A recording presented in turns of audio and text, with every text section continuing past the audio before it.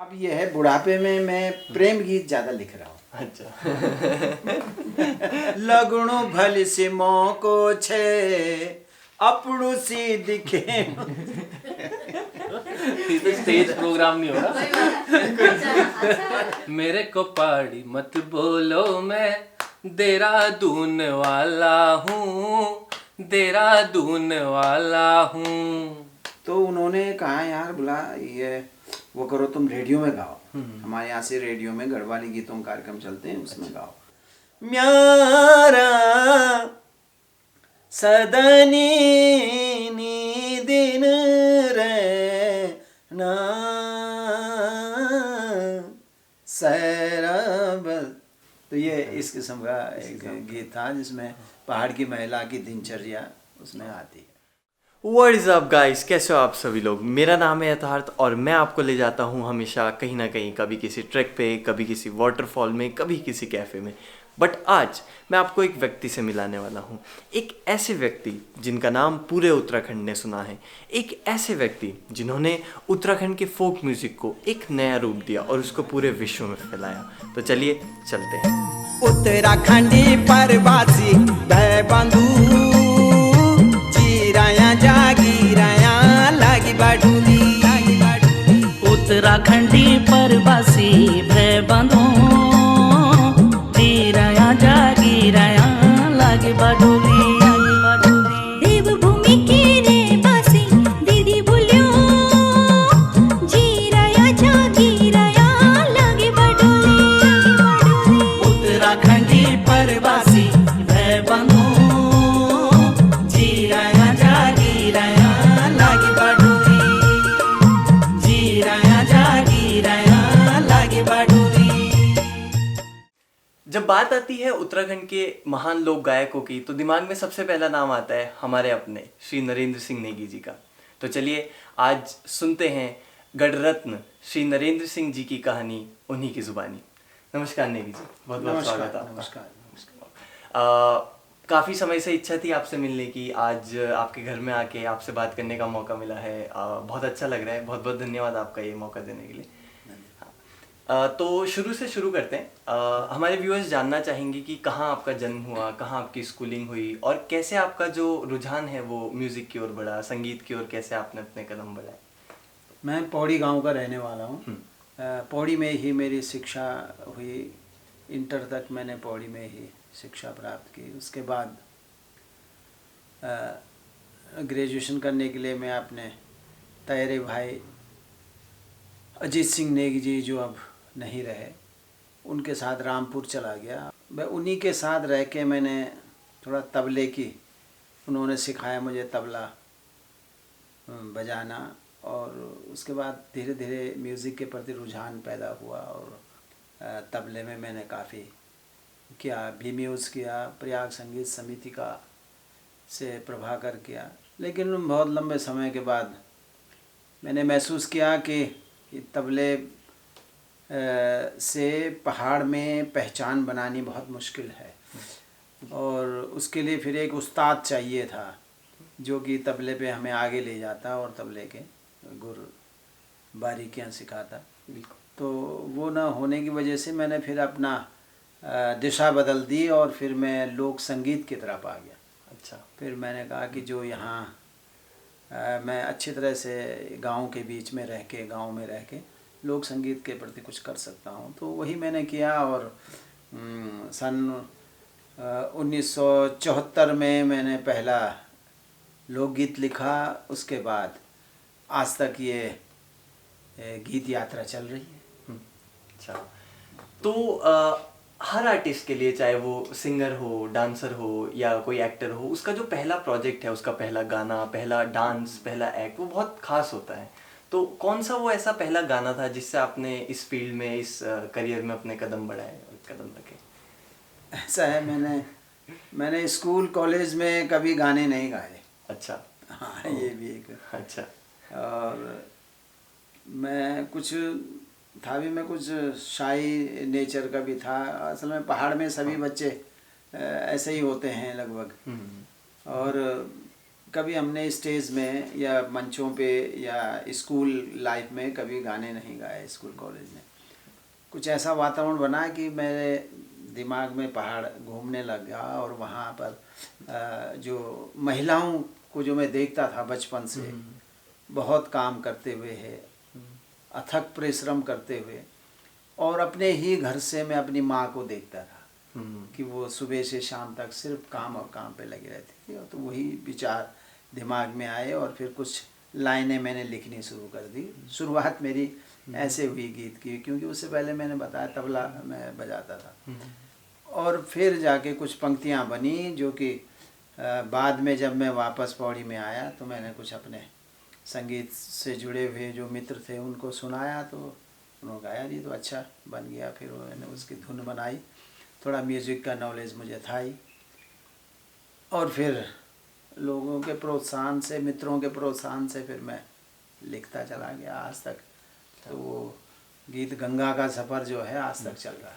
Okay, तो कौन सा वो पहला गीत था जो आपने गाया? हाँ, वो गीत था, ये पहाड़ की महिलाओं पे था वो। अच्छा।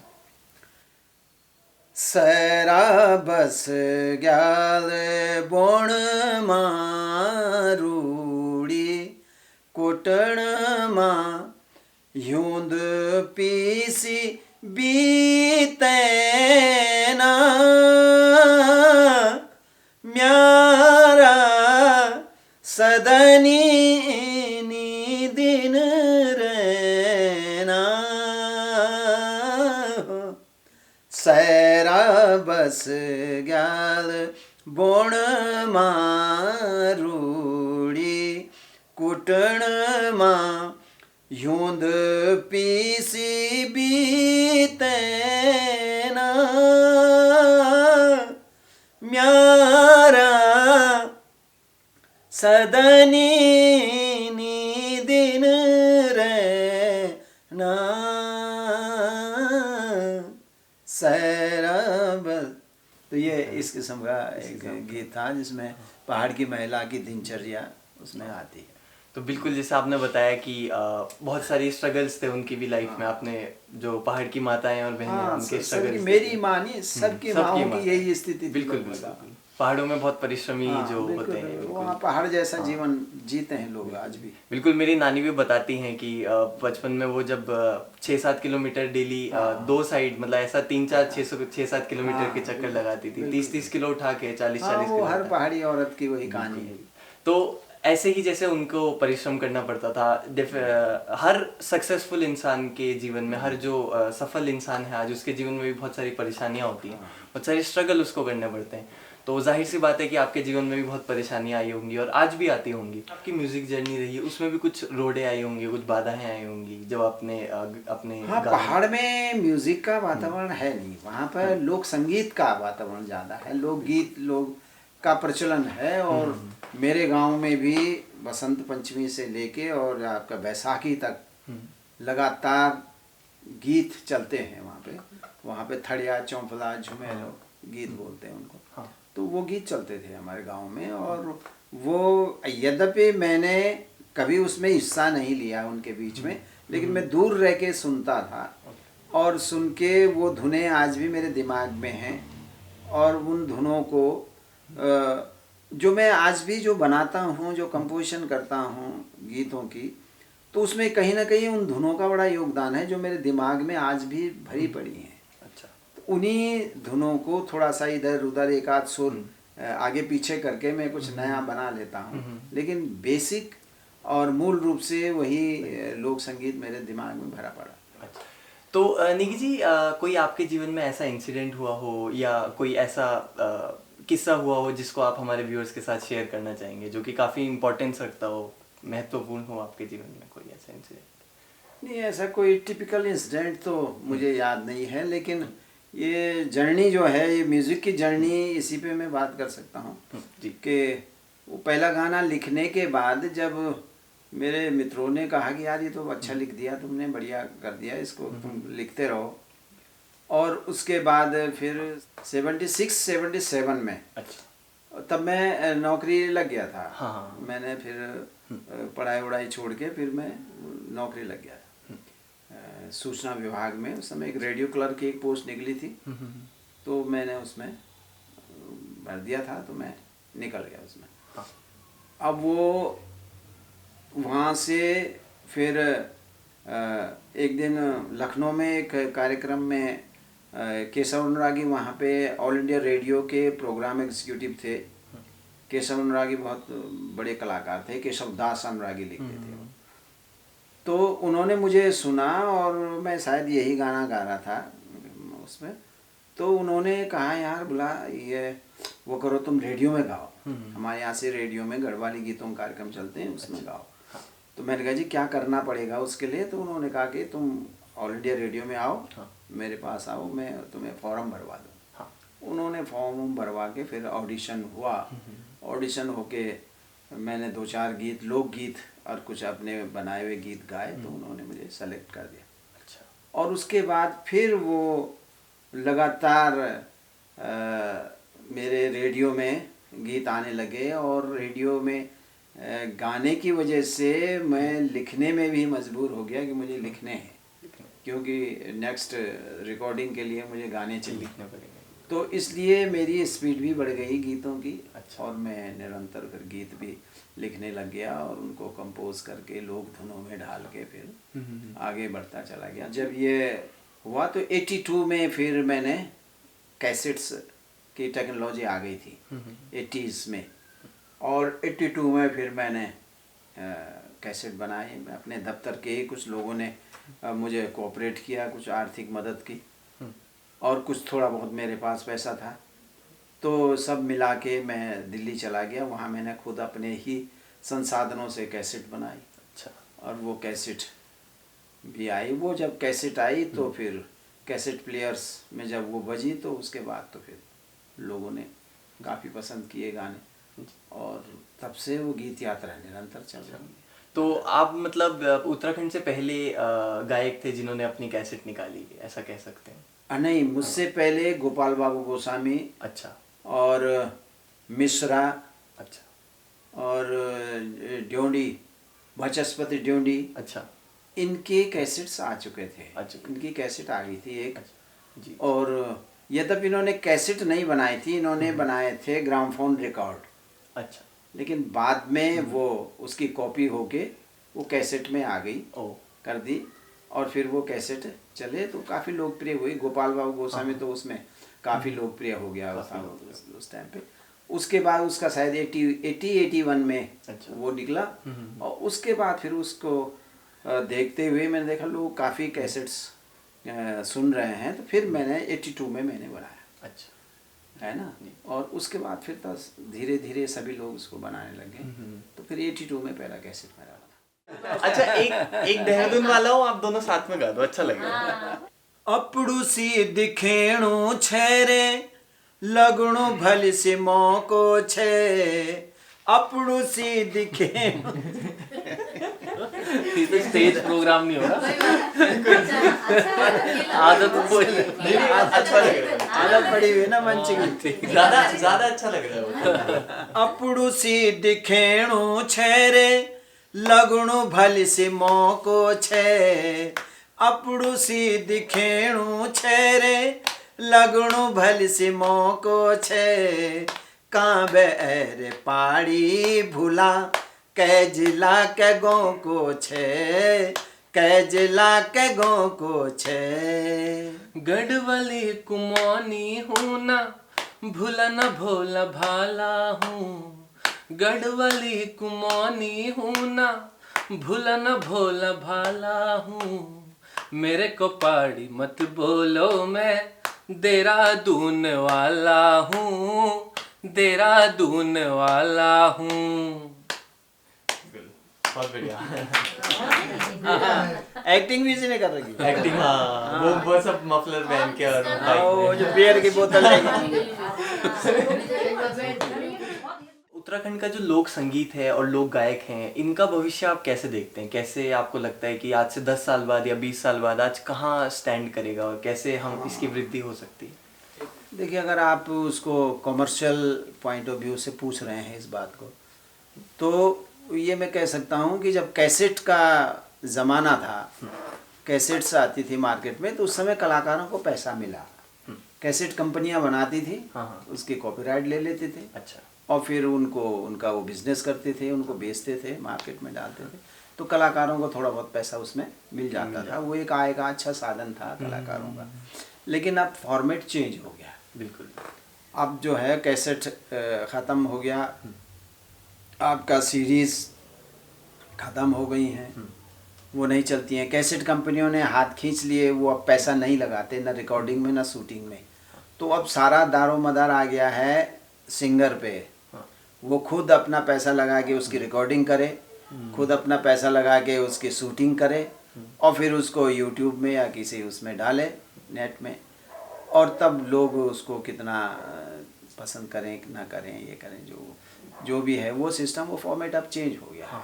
तो अब इसमें कुछ कलाकार ऐसा कर रहे हैं, अपने ही खर्चे से ये सब कर रहे हैं और यूट्यूब में डाल रहे हैं। तो मैं सोचता हूँ कि धीरे धीरे इससे लोकप्रियता तो हासिल हो सकती है, लेकिन मुझे पता नहीं कि आर्थिक रूप से लोगों का पैसा आ रहा है कि नहीं आ रहा है, ये मेरी जानकारी नहीं। अच्छा, जी जी बिल्कुल। जी बिल्कुल, जैसा आपने बताया कि पहले कैसेट का ज़माना था, तो हम भी जब गाड़ी में जाते थे तो कैसेट लगाते थे, उसमें 7-8 गाने आते थे। फिर CD DVD आई, हमने सोचा अच्छा एक DVD में इतने सारे गाने आ रहे हैं, तो ज़माना बदलता गया और आज तो DVD भी कहाँ यूज़, टेक्नोलॉजी बदल गई, तो आज सब यूट्यूब से चलता है ना। तो बिल्कुल ऐसे करके हमारा ज़माना चेंज हो रहा है। तो आज के युवा को और जो हमारे व्यूअर्स हैं, स्पेशली जो उत्तराखंड के भाई बहन हैं और खासकर जो युवा है, उनको आप क्या संदेश देना चाहेंगे? देखिए, अब इंटरनेट जो है ना, ये शहरों तक सीमित है अभी, बिल्कुल, गांव में नहीं पहुंचा है।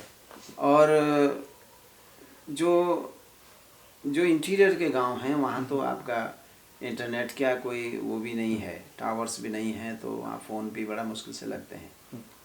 तो इसलिए गांव के लोग, गांव के जो कलाकार हैं वो नहीं आ पा रहे हैं आगे। यहाँ पर केवल जो शहरी लोग हैं, शहरों में बस गए हैं, उनका ही काम अभी इंटरनेट के ज़रिए, यूट्यूब के ज़रिए देखने सुनने को मिल रहा है। लेकिन जो ग्रामीण क्षेत्र में हैं, दूर दराज क्षेत्रों में हैं, उनका काम समझ में नहीं आ रहा। कैसेट के टाइम में वो लोग आ जाते थे, रिकॉर्डिंग करते थे, तो उनका वो था। इस समय थोड़ा सा ये समस्या मुझे लगती है, दिक्कत है, जब इंटीरियर के लोग जो हैं, इंटीरियर में रह रहे कलाकार, उनका योगदान नहीं हो पा रहा है इसमें।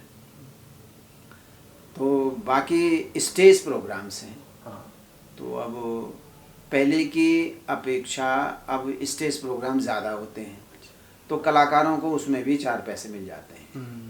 वो भी एक आय का ज़रिया है कलाकारों के लिए, और इसीलिए इतने सारे कलाकार यहाँ पर अब हो गए हैं। और बहुत सारे कलाकार, नए बच्चे जो हैं, वो मंचों के ज़रिए से अपना लोक संगीत को आगे बढ़ा रहे हैं, प्रचार प्रसार कर रहे हैं। बिल्कुल। और प्रोग्रामों से उनको कुछ आर्थिक लाभ भी मिल रहा है।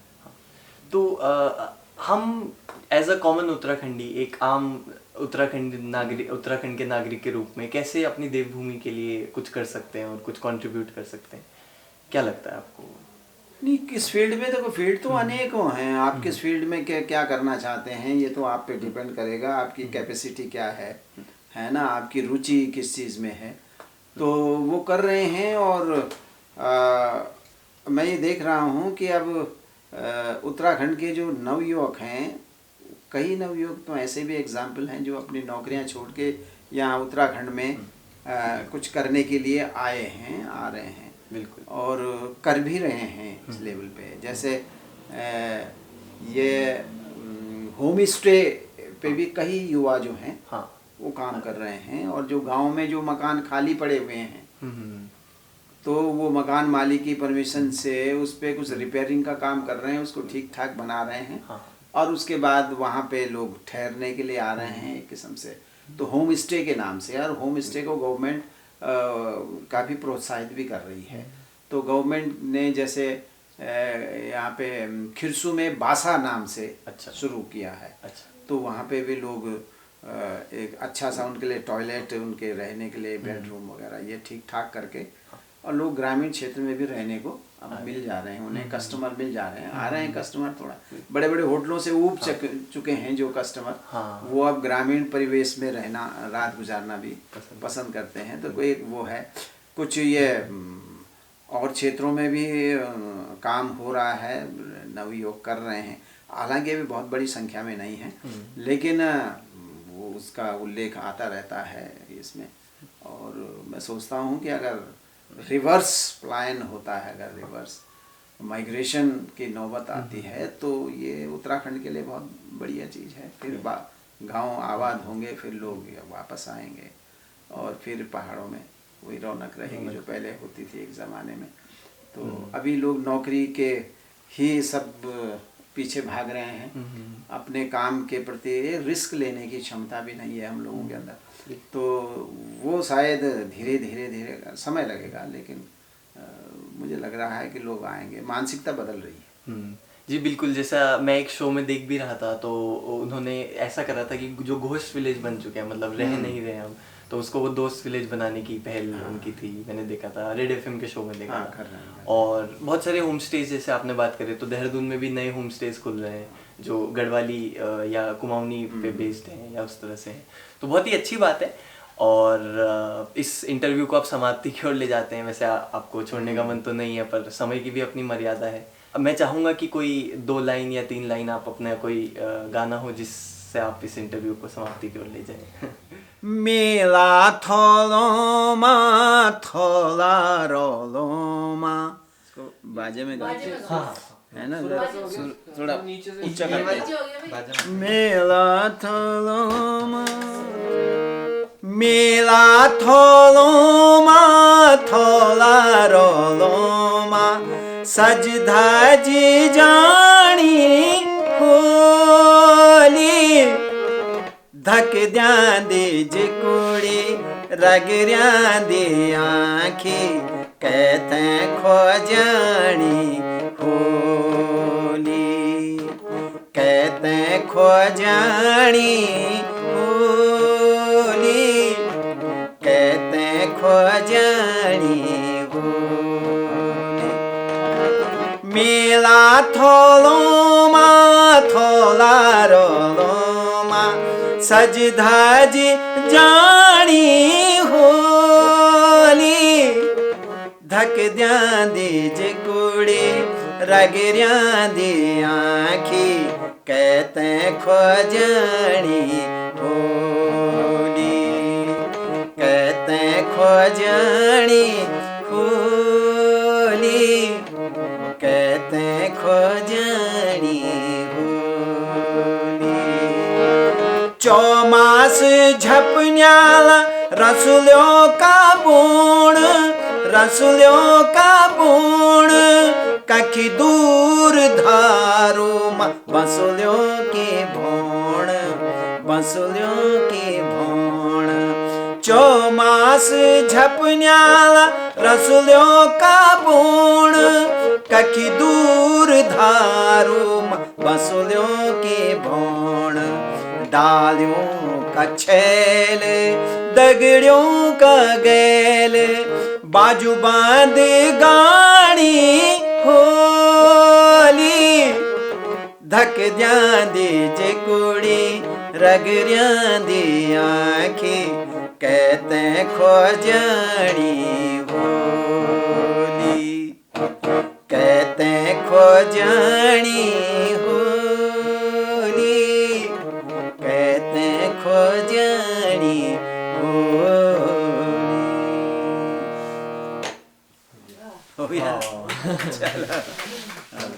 तो आपने सभी अपने गीतों में सभी चीज़ों को कवर करा है, जैसे धार्मिक गाने गाए हैं, जैसे त्रिजुगी नारायण हैं, और आपने करप्शन पर बात करी अपने कुछ गानों के माध्यम से, आपने पेड़ ना काटो ऐसा बोला, एनवायरनमेंट प्रोटेक्शन की बात करी।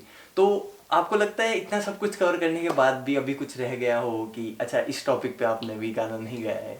नहीं, विषय तो मिल जाते हैं, ऐसा नहीं है कि कहीं भी फुल स्टॉप तो कभी नहीं लगता है जीवन में, और बहुत सारे विषय हैं, लेकिन मैंने कोशिश की है कि जो मेरे दिमाग में थे, जहाँ तक मैं सोच पाया उनको कवर करूं, और मैंने वो कवर किए। मैंने धार्मिक भजनों की भी कैसेट बनाए हैं, 2-3 नंदा राजात की भी बनाई हैं। तो एक जो पहाड़ की में सबसे ज़्यादा मान्यता है वो भगवती की है। तो एक कैसेट मैंने पूरा का पूरा गीत भगवती पे बनाया है। और फिर दूसरे नंबर पे शिव के, यहाँ पे शिवालय बहुत हैं, मिलेंगे पहाड़ों में। तो एक कैसेट मैंने शिव पे बनाई है ना, भोले भंडारी नाम से है। अच्छा। तो इस तरह से 5-6 मैंने कैसेट तो भजनों की बनाई। हाँ। और उससे पहले मैंने हर गीत जो है पर्यावरण से लेके और हास्य गीतों से लेके, क्योंकि समाज में, हमारे समाज में हास्य भी है तो दुख भी है, तो खैरी तकलीफ़ें भी हैं। और लेकिन ऐसा नहीं है कि तकलीफ़ें हैं पहाड़ों में तो वहाँ हास्य नहीं है, वहाँ हास्य भी भरपूर है। तो जो पहाड़ में जो जो मैंने देखा, महसूस किया और जिससे मैं जुड़ा रहा, वो सब विषय मैंने अपने गीतों में लाया। श्रृंगार भी है, श्रृंगार के गीत भी मैंने बहुत लिखे हैं और बहुत लोकप्रिय भी हुए हैं। मेलों के गीत मैंने बहुत लिखे हैं, वो भी काफ़ी लोगों को पसंद आए हैं। और जो जीवन की जो हमारे स्टेज हैं उस पे भी मैंने बच्चों के लिए लोरियां भी बहुत लिखी हैं। अच्छा। और मैंने जवानी के में जो प्रेम गीत हैं वो भी बहुत लिखे हैं। मैंने बुढ़ापे पर भी गीत लिखे हैं। अच्छा। तो जीवन के जो स्टेजेस हैं वो मैंने अपनी तरफ से छोड़े नहीं है। लेकिन ऐसा नहीं है कि ये हो गया, फुल स्टॉप नहीं है। उसके बाद भी और बहुत सारी चीज़ें मैंने, राजनीति भी, जब से उत्तराखंड के नज़दीक, हम लोग राजधानी के नज़दीक या उसके नज़दीक आए हैं, तब मैंने राजनीति पे भी जुड़े हुए गीत लिखे हैं। मैंने गवर्नमेंट की योजनाओं पे भी, जो अच्छी योजनाएं थी, जन पक्षीय योजनाएं थी, जैसे पेड़ों के संरक्षण पर, उस पर भी मैंने बहुत गीत लिखे हैं, है ना। और उसमें 1-2 गीत तो बहुत पॉपुलर भी हुए। और उसके बाद मैंने शराब के प्रचलन पे भी गीत लिखे हैं कि जिस तरह से शराब का प्रचलन हमारे उत्तराखंड में बढ़ रहा था, उसके खिलाफ भी मैंने गीत लिखे हैं। और उत्तराखंड आंदोलन जब हुआ तो उसमें तो मैंने पूरा एक कैसेट इसमें बनाया, है ना, 8-9 गीतों का। तो वो मैं नौकरी में रहते हुए मैंने ये किया। और उसमें मेरा जवाब तलब भी हुआ है ना, कि आपने ये गीत कैसे लिख दिया। खैर, लेकिन लोगों ने बहुत पसंद किया। राजनीति पे जो भ्रष्टाचार हुए सरकारों पे, वो चाहे जिसकी भी सरकार रही हो, मैंने उस पर भी गीत लिखे हैं। और उसके लिए मुझे नौकरी से भी हटना पड़ा। फिर मैंने 6 साल पहले नौकरी छोड़ दी थी। अच्छा। और इस तरह से हर विषय जो मेरे उसमें संज्ञान में आया, जो मेरे दिमाग में आया, जो मुझे लगा इसमें लिखना चाहिए, वो मैंने उसमें गीत लिखे। तो कई विषय ऐसे थे। और आज भी बहुत सारे विषय छूट गए होंगे, जहाँ पे कभी उन पे अगर ध्यान जाएगा तो लिखेंगे। पलायन पे मैंने बहुत गीत लिखे, है ना, जो लोग ये पलायन पे। तो अब ये है, बुढ़ापे में मैं प्रेम गीत ज़्यादा लिख रहा हूँ। अच्छा। क्योंकि मेरा ये मानना है, और मैं कहता भी हूँ कि सबसे अच्छे प्रेम गीत आप 60 साल के बाद लिख सकते हैं। अच्छा। है ना, जब आपने पूरा समझ लिया उसको। जब फीलिंग्स और वो चीज़ सारी समझ में आ जाती है। पहले तो ये है कि जो युवावस्था में है ना, एकदम से वो करते हैं, लेकिन उसके बाद जो मनन और चिंतन और जो होता है वो एक एज के बाद होता है। बिल्कुल। और फिर एक दूसरे की फीलिंग्स, अपनी फीलिंग्स, इसकी फीलिंग, उसकी फीलिंग्स, वो धीरे धीरे समझ में आती हैं। तो निकी जी, बहुत बहुत धन्यवाद आपका। आप इतना सब कुछ पाके भी जीवन में इतने डाउन टू अर्थ है, इतने सिंपल है। बहुत अच्छा लगा ये सब देख के। और आपने इतने अच्छे से हमें भी इतना टाइम दिया और आपका इतना समय लिया हमने। नवयुवकों का स्वागत है, क्योंकि अब तुम ही लोगों ने इसको आगे बढ़ाना है। तुम ही लोगों ने ये जो हमारा लोक संस्कृति है, हमारी जो सभ्यता है, हमारी जो परंपराएं हैं, है ना, आज स्थितियाँ ये हो गई हैं कि हम अपनी चीज़ को इन्फीरियर मान के छोड़ते चले जा रहे हैं, और दूसरे की जैसी भी है उसको हम पकड़ रहे हैं। चाहे वो हमारे त्योहार हों, चाहे हमारी परंपराएं हों, चाहे पहनावा हो, है ना, सभी चीज़ें, चाहे भाषा हो, तो अपनी चीज़ें हम छोड़ते जा रहे हैं। तो हम नव युवकों को ये बोलते हैं, भाई, जहाँ दुनिया भर की चीज़ें आप लोग सीख रहे हैं, समझ रहे हैं, वहाँ अपनी भाषा को भी, अपने कल्चर को भी, अपनी भाषा को भी, अपनी परंपराओं को भी, अपने रीति रिवाजों को भी आगे बढ़ाओ अपने साथ। और एक खास बात जो मैं हर जगह बोलता हूँ कि आदमी तरक्की करता है, तरक्की करनी चाहिए आगे ना, लेकिन अगर आप समाज भी आपके बराबर अगर ऊपर उठेगा, समाज के लिए भी आप काम करेंगे, तो उस तरह के कोई मायने बनते हैं। नहीं तो होगा ये कि जब आप बहुत ऊपर पहुंच जाएंगे, आपका समाज नीचे रह जाएगा, तो आप उस समाज से कट जाएंगे, फिर आप उस समाज से जुड़ा हुआ अपने आप को कभी नहीं बताएंगे। बिल्कुल, क्योंकि वो बहुत नीचे रह गया है, क्योंकि उसके लिए काम नहीं किया हम लोगों ने। सही बात। और आप अकेले तो पहुंच गए हैं बहुत टॉप में, लेकिन आपका समाज नीचे है, तो एक कॉम्प्लेक्स आता है, इन्फीरियरिटी कॉम्प्लेक्स। फिर हम नहीं कहते हैं कि हम पहाड़ के लोग हैं, फिर हम अपने आप को कहीं और जो डेवलप समाज है उसका आदमी बताते हैं। और उसमें मैंने एक गीत भी लिखा था कि मुझको पहाड़ी पहाड़ी मत बोलो, मैं देहरादून वाला हूँ। एक सटायर था उसमें ना। तो इसलिए हम कहते हैं कि जहाँ भी मौका मिले अपने समाज के लिए भी योगदान दो, अपने समाज को भी अपने साथ ऊपर उठाओ, है ना, तो तभी सार्थकता है। हाँ बिल्कुल बिल्कुल, बहुत बहुत धन्यवाद आपका। जय उत्तराखंड, जय भारत। तो यार मेरा बहुत ही अच्छा एक्सपीरियंस रहा नरेंद्र सिंह नेगी जी के घर पे। ऐसा लगा ही नहीं कि मैं उनके घर पे हूँ, ऐसा लगा मेरे को कि वो मेरे घर में आ रखे हैं। बिल्कुल अपनापन लगा, उन्होंने हमें इतना टाइम दिया इतने अच्छे से, और बात करने में इतने सिंपल, ऐसा लग रहा था कि बस मैं अपने किसी बहुत क्लोज रिलेटिव से बात कर रहा हूँ, है ना। उनके जो बेटे थे कविलाश भैया, उन्होंने भी बहुत मदद करी, जो कैमरा हैंडल करने में, कि बीच बीच में देखने में कि सही से फोकस हो रहा है, यानी जूम इन करने में, जूम आउट करने में। तो कविलाश भैया बहुत बहुत थैंक यू आपका। नरेंद्र सिंह नेगी जी आपका भी बहुत बहुत थैंक यू, बिकॉज़ इतना आपने टाइम दिया और इतने अच्छे से मेरे सवालों का जवाब दिया। और उनकी जो वाइफ थी, उन्होंने भी हमें इतने अच्छे से हमारी खातिरदारी करी। So really thank you.